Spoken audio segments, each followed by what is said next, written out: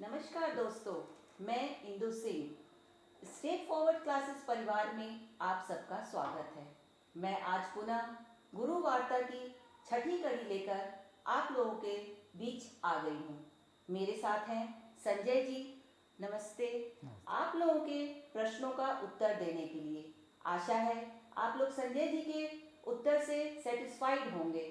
ये आप लोगों को उत्तर तो देते ही हैं, साथ में आप लोगों को बहुत सारी ज्ञानवर्धक जानकारी भी देते हैं। तो इस ज्ञानवर्धक जानकारी को प्राप्त करने के लिए मैं चाहूँगी कि आप लोग हमारे परिवार के सदस्य बने। इसलिए फटाफट जाकर आप हमारे स्टेट फॉरवर्ड चैनल को सब्सक्राइब करें, लाइक करें और वहाँ कमेंट बॉक्स पर जाकर लिखें कि आपको यह प्रोग्राम कैसा लग रहा है। और प्लीज़ अपने प्रश्न वहाँ ज़रूर डालें। यह एक एजुकेशनल चैनल है। यहाँ पर जो स्टूडेंट हैं, पढ़ रहे हैं, पढ़ा रहे हैं, उन सब के प्रश्नों का जवाब यहाँ आपको मिलेगा।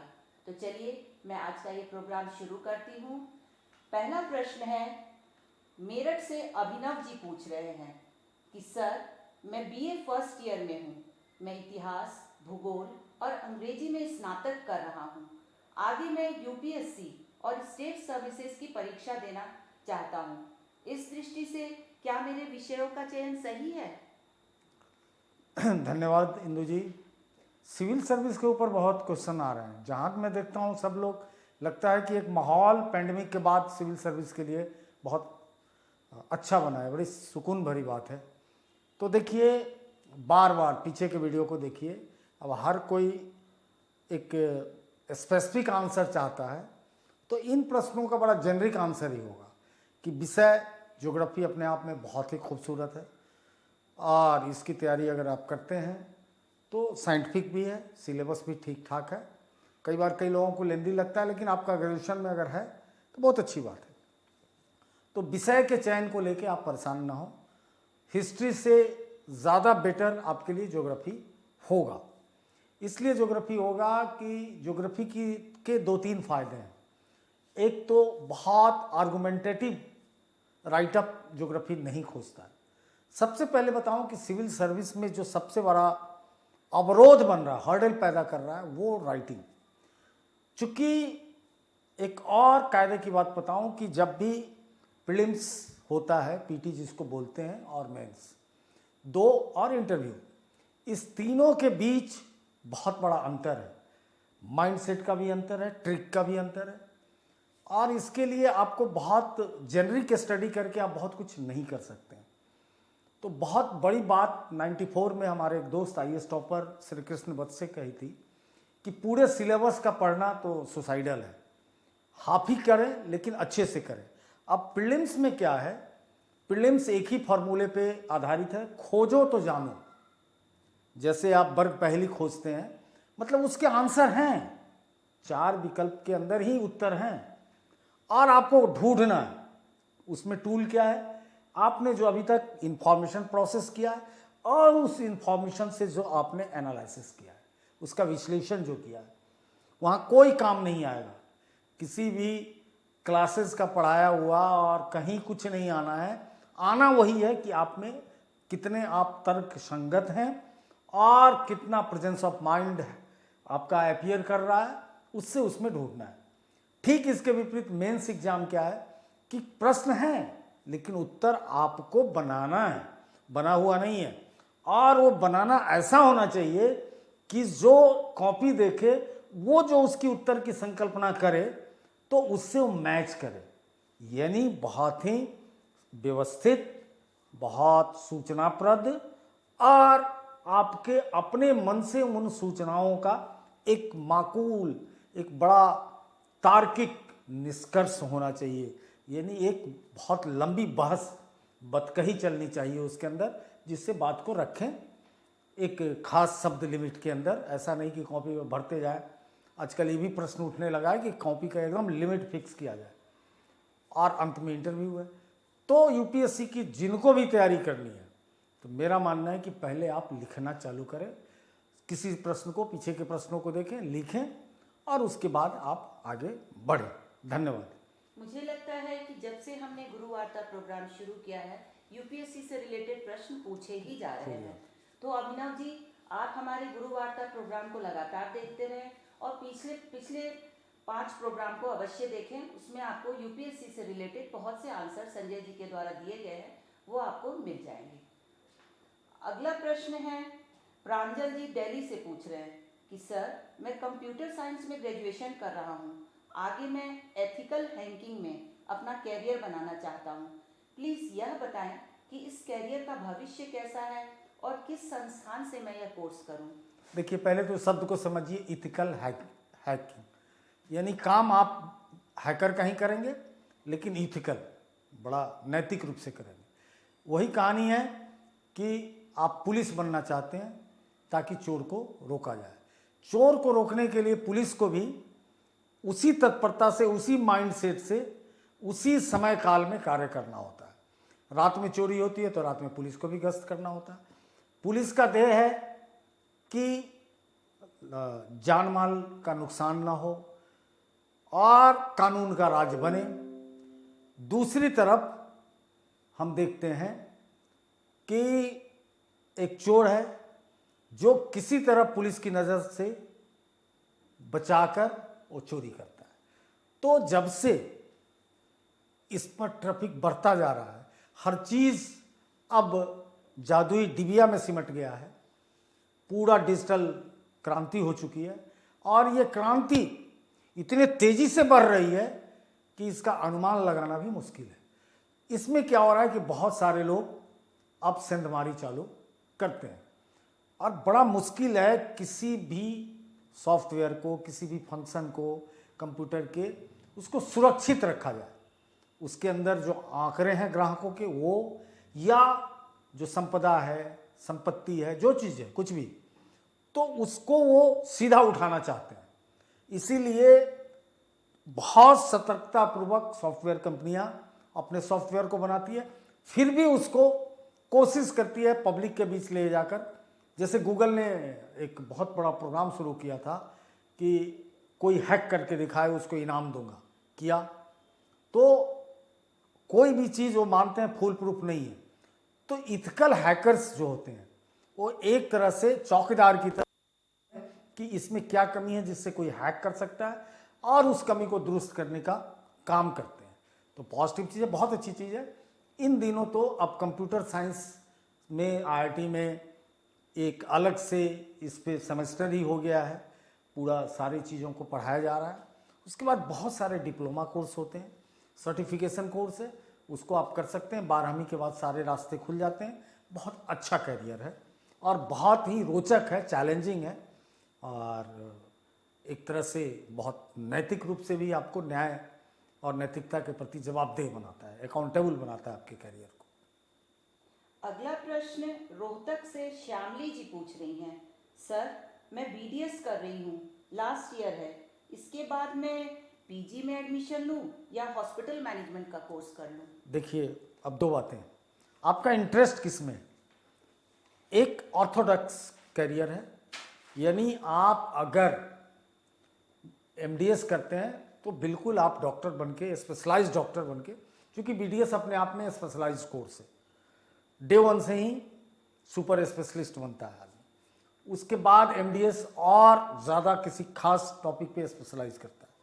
तो पढ़ने में खूब रुचि हो और डॉक्टर ही बन के रहना है तो एमडीएस की ओर जाना चाहिए आपको।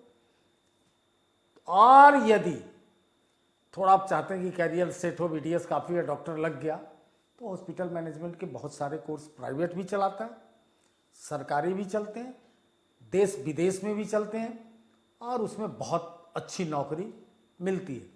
क्योंकि आदमी मेडिकल माइंडसेट का तैयार हो जाता है और मेडिकल लीगल सेंस उसके अंदर आ जाता है, तो और बराबरी पे आप चले जाते हैं। बहुत सारे एमबीबीएस और बीडीएस दोनों एक ग्रेजुएशन की डिग्री है, तो दोनों के लिए पोस्ट ग्रेजुएशन न करके इधर जाकर करियर को एक बड़ा आयाम दिया जा सकता है। चूँकि मेडिकल लाइन कॉरपोरेट वर्ल्ड की चीज़ हो चुकी है, अब वो चीज़ नहीं है कि छोटा नर्सिंग होम, और ये बहुत बड़ा इंफ्रास्ट्रक्चर बन चुका है। तो दोनों में अपॉर्चुनिटी है। आपको अपना इंटरेस्ट को तय करना है कि आपकी रुचि क्या है। मरीज को तत्क्षण कोई आता है कि दांत में बहुत तेज़ दर्द है और फटाफट आप कुछ करते हैं, एक दवाई देते हो, ठीक हो जाता है। दांत का दर्द ऐसा उठता है कि मुझे लगता है कि पूरी संपत्ति ले ले लेकिन मुझे कोई बचा ले। तो ये आपका वहाँ पे रोल होगा, अपने रुचि से आप तय करें। कैरियर दोनों में बेहतरीन है। अगला प्रश्न अमरिंदर सिंह जी कसौल से पूछ रहे हैं कि सर, मैं आपके YouTube चैनल से ज्ञात हुआ कि आप लोगों को यूपीएससी द्वारा आयोजित दिल्ली प्रिंसिपल एग्जाम में अपार सफलता मिली है। इसके लिए आपको बहुत बहुत बधाई। सर, मैं हिमाचल प्रदेश में टीजीटी हूँ। इस एग्जाम में क्या योग्यता होनी चाहिए और क्या दूसरे स्टेट के लोग दिल्ली प्रिंसिपल एग्जाम में बैठ सकते हैं? बिल्कुल बैठ सकते हैं। ऑल इंडिया चूंकि यूपीएससी ले रहा है तो पूरे भारत के नागरिक का स्वागत है। 10 साल आपका सरकारी या निजी मान्यता प्राप्त स्कूल में लगातार पढ़ाने का आपके पास अगर अनुभव है तो टीजीटी भी बैठ सकते हैं, लेकिन इसके लिए आपको गहन तैयारी से गुजरनी पड़ेगी। बहुत इजी काम नहीं है। जैसे यूपीएससी लग जाता है तो बहुत परिश्रम चाहिए। बहुत से लोगों ने किया है, बाहर से, नागालैंड से, गाजियाबाद से, बहुत खुशी हुई। तो आप अभी से ही तैयारी करें। इसमें एक डिमेरिट है इस एग्ज़ाम का, ये कंटिन्यू रेगुलरिटी इसकी नहीं है। 10 साल बाद इस साल हुई थी 2022 में, अब फिर बहुत जल्दी होगा तो 7-8 साल लग जाएगा। तो देखते रहिए, नज़र पे डालते रहिए और तैयारी कीजिए। सारे वीडियो को देखिए, फ्री वाले वीडियो को, और अभी से लगे रहिए। अखबार पढ़ने की आदत डालिए, सारे पॉलिसीज़ को देखिए। मेरे बहुत सारे वीडियो फ्री वाले हैं, उसको देख के अपनी तैयारी को स्टार्ट कर दीजिए। एटलीस्ट मेंटली आप फोकस उधर हो जाइए। फिर जब निकलेगा तो थोड़ा गहन तैयारी कर लीजिएगा तो बिल्कुल हो जाएगा, क्यों नहीं होगा। अगला प्रश्न राघव जी पूछ रहे हैं कि सर, अग्निवीर बनने के लिए क्या योग्यता होना चाहिए? कृपया मार्गदर्शन करें। देखिए, अग्निवीर शैक्षणिक योग्यता भूल जाइए। अग्निवीर बनने के लिए जज्बा होना चाहिए। सबसे ज़रूरी है कि आपके अंदर वो जज्बा हो कि हम देश की सेवा करना चाहते हैं। तो मैं सबसे ज़्यादा, अब चूँकि अग्निवीर में एयरफोर्स के लिए पहले होता क्या था कि टेक्निकल और नॉन टेक्निकल था। जैसे एयरफोर्स के लिए अग्निवीर के थ्रू तीनों सेनाओं में आप प्रवेश पा सकते हैं। तो अलग अलग तीनों के क्राइटेरिया हैं, लेकिन वो समान सा है, बहुत कुछ रॉकेट साइंस नहीं है। आपके अंदर जज्बा हो, ये सबसे ज़रूरी है, और उस नौकरी को समझें। आपके अंदर वहाँ जाकर बहुत सारे स्किल डेवलप होंगे। क्योंकि अब ये शॉर्ट सर्विसेज हो चुकी है, तो शॉर्ट सर्विसेज में ये है, पेंशन भी नहीं है। तो आपको ऐसी तैयारी करके जानी चाहिए, ऐसे माइंडसेट में जाना चाहिए कि देश की सेवा भी करें और बहुत सारी चीज़ों को वहाँ सीखें, अपना स्किल का बहुत डेवलपमेंट करें, नई नई और डिग्रियाँ लें, और वो एक तरह से तैयारी मोड में ले जाइए। और कि बाहर आकर जब आऊँगा तो यूपीएससी भी दे सकता हूँ, ग्रेजुएशन कर लूँगा तो आईएएस भी बन जाऊँगा, और कुछ भी कर लूँगा। वहाँ पे आपको बहुत सारी वरीयताएँ दी जाएंगी, और नौकरी के अलावा बहुत सारे व्यापार कर सकते हैं। तो अपने अंदर इच्छा शक्ति रखिए, और लंबे समय तक थोड़ा सा पढ़ने का अगर मोटिवेशन है तो जाइए। मेरे समझ से सबसे ज़रूरी योग्यता ये है, ना कि 10वीं और 12वीं पास होना। 10वीं और 12वीं पास, मिनिमम 10वीं पास होना चाहिए। मतलब 10वीं भी है, 12वीं भी है, साइंस भी है, अलग अलग है। उस पर मैं कभी डिटेल बताऊंगा। अगला प्रश्न अमित जी पूछ रहे हैं गाजियाबाद से कि सर, मैं आईपी यूनिवर्सिटी से लॉ कर रहा हूं और आगे रियल एस्टेट विशेषज्ञ बनना चाहता हूं, क्या यह सही रहेगा? बहुत अच्छा है। चूँकि रियल एस्टेट जो है आज के दिन में क्या था, पहले डिसऑर्गेनाइज था, लेकिन जैसे आपको याद है कि गवर्नमेंट ऑफ इंडिया किसी चीज़ को रेगुलेट करने के लिए एक कानून बनाने की प्रक्रिया यहाँ है। जब कोई चीज़ चालू हो जाता है तो जैसे टेलीफोन रेगुलेटरी अथॉरिटी, पूरे टेलीफोन को रेगुलेट करने के लिए बहुत सारे सर्विस प्रोवाइडर आ गए। पहले सरकार थी तो कोई अथॉरिटी की ज़रूरत नहीं थी। उसके बाद जैसे इंश्योरेंस में प्राइवेट निजीकरण हुआ तो उसका आ गया। तो इसमें भी real estate regulatory authority bill 2016 के तहत कानून बना, और अब टफ हो गया है क्योंकि बहुत घोटाला बिल्डरों ने किया। तो जैसे ही सारे बिल्डर्स की सारी चीज़ें वहाँ पे एक प्लेटफॉर्म पे रजिस्टर होती है और बहुत सारे टर्म एंड कंडीशन बने हुए हैं। तो उस चीज़ के लिए एक लीगल व्यक्ति का तो अपॉर्चुनिटी, और मेरा मानना है कि रियल एस्टेट सेक्टर एक बहुत ही उज्जवल उसमें भविष्य है, क्योंकि उसका विस्तार होना है। भारत बहुत शहरीकरण में बहुत पीछे है और जाएगा ये शहरीकरण 30-40 या हार्डली 50 वर्ष में हम लोग लगभग यूरोप के बराबर हो जाएंगे, यानी एट पार 90% तक हम होंगे। कोई उपाय हमारे पास नहीं है। अगर 75% भी अर्बनाइजेशन होता है तो सोचिए कि रियल एस्टेट का काम कितना बड़ा हो जाता है। तो बहुत बढ़िया कैरियर है और बहुत अच्छा आप कर सकते हैं। अगला प्रश्न मुमताज जी लखनऊ से पूछ रही हैं कि सर, ये पर्यावरण अपराध क्या है? क्या इस तरह के अपराध करने पर सरकार दंडित भी करती है? देखिए, इसमें दो चीज़ें, थोड़ा सा पर्यावरण नैतिकता को समझना होगा। जो गांधी जी कहते हैं कि गुजर बसर के लिए सबके लिए धरती पर पर्याप्त व्यवस्था है, लालच के लिए नहीं। तो लीगली भी बहुत खतरनाक कानून बन चुके हैं, लेकिन उस ढंग का अपराध कॉमन आदमी नहीं करता है।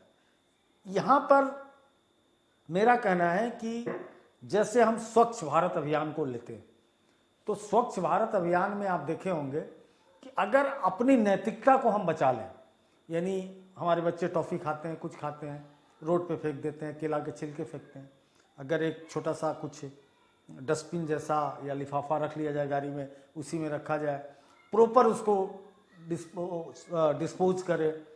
कहीं भी पार्क में कुछ फेंक देते हैं, दिल्ली शहरों में कहीं भी कबूतर को और उसके खिलाने के नाम पे चारों ओर अन्न की बर्बादी करते हैं, कहीं स्ट्रीट डॉग को इतना खिला देते हैं, सारी चीज़ें फेंकते हैं। तो प्रकृति का जो एक व्यवस्था है उसमें किसी भी ढंग का व्यवधान करना पर्यावरण की दृष्टि से वो कानून का, नैतिकता का हनन है। उससे आम आदमी को बचना चाहिए, यानी जागरूक होना चाहिए। रही बात, तो लगभग 6 कानून होंगे जो अलग अलग ढंग से है। जैसे वो किसी जंगल के पेड़ को काट देना, पब्लिक पेड़ को काटना, इवन सोशल फॉरेस्टिंग, सामाजिक मालिकी, जो आप अपने गांव घर में पेड़ लगाते हैं उसको भी आपको अब ऐसे निर्दयी की तरह नहीं काटना है, उसके परमिशन लेना होंगे, पर्पस पूछना होगा क्यों आप इसको काटना चाह रहे हैं, क्या है। ठीक है, लगाए आपने, अच्छा किया, लेकिन क्या कारण है, बढ़ना वो अपराध के है।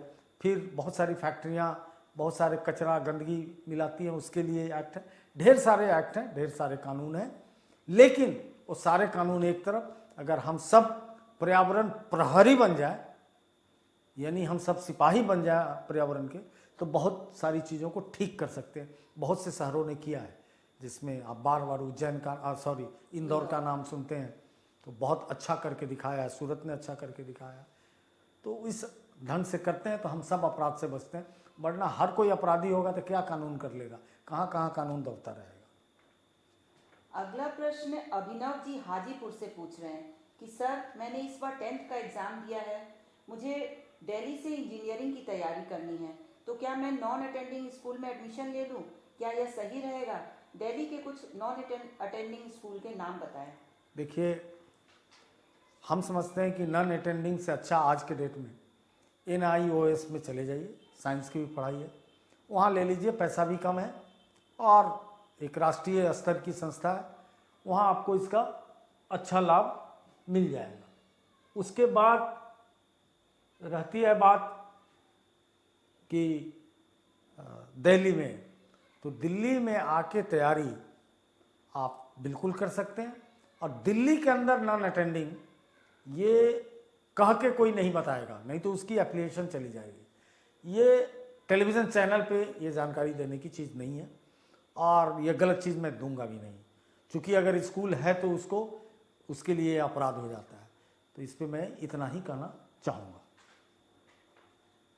अगला प्रश्न जलपाईगुड़ी से मौसमी जी पूछ रही हैं कि सर, CUCT में चयन की प्रक्रिया पर जानकारी दें। मैं थोड़ा कंफ्यूज हूँ, किस सेंट्रल यूनिवर्सिटी को मैं सेलेक्ट करूँ? ये तो देखिए, यूनिवर्सिटी आपको पता है कि 2 यहाँ पे संघर्ष है, शुरू से रहा है। क्योंकि जब हम लोग दिल्ली में पढ़ते थे तो बहुत सारे मेरे दोस्त संस्कृत में एडमिशन ले लेते थे। एक सब्जेक्ट रहता था स्टीफेंस कॉलेज में कि स्टीफेंस में पढ़ेंगे। बहुत सारे लोग हिस्ट्री के लिए दीवाने थे, वो भूल जाते थे कि मुझे कॉलेज क्या मिलेगा, जहाँ एडमिशन मिल जाए दिल्ली विश्वविद्यालय में ले लेंगे। तो आप चाहते क्या हैं, विश्वविद्यालय से प्यार है या अपने सब्जेक्ट से? सब्जेक्ट से प्यार है तो टॉप 10-15 सेंट्रल यूनिवर्सिटी भर दीजिए, DU भर दीजिए, बहुत सारी चीज़ें JNU में नहीं है, जामिया भर दीजिए, अलीगढ़ भर दीजिए, BHU भर दीजिए, जो पुराने हैं इलाहाबाद भर दीजिए, साउथ के हैं तो साउथ के यूनिवर्सिटीज़ को भर दीजिए, और उसके बाद अपने सब्जेक्ट के हिसाब से उसका चयन कीजिए। अगर आप चाहते हैं कि दिल्ली में ही रहें, पुराने सेंट्रल यूनिवर्सिटी अलीगढ़ ही रहें, BHU ही रहे, तो हर सब्जेक्ट में भर दीजिए, मतलब जो जो आपका 3-4 सब्जेक्ट है सब में भर दीजिए। इन जहाँ हो जाएगा वहाँ ले लीजिएगा।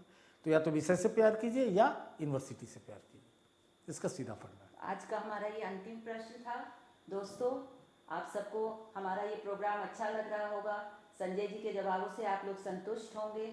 तो अगले शनिवार फिर हम लोग आपसे मिलते हैं। इससे पहले मैं आप लोग चाहूँगी कि आप लोग हमारे परिवार के सदस्य बने, हमारे स्ट्रेट फॉरवर्ड क्लासेस चैनल को लाइक करें, सब्सक्राइब करें, और अगर किसी मित्र को आपको लगता है कि ये वीडियो अच्छा लगेगा, उसके प्रश्नों का जवाब मिलेगा, तो उसे ज़रूर शेयर करें। धन्यवाद। मिलते हैं हम लोग अगले शनिवार। धन्यवाद इंदु जी, धन्यवाद।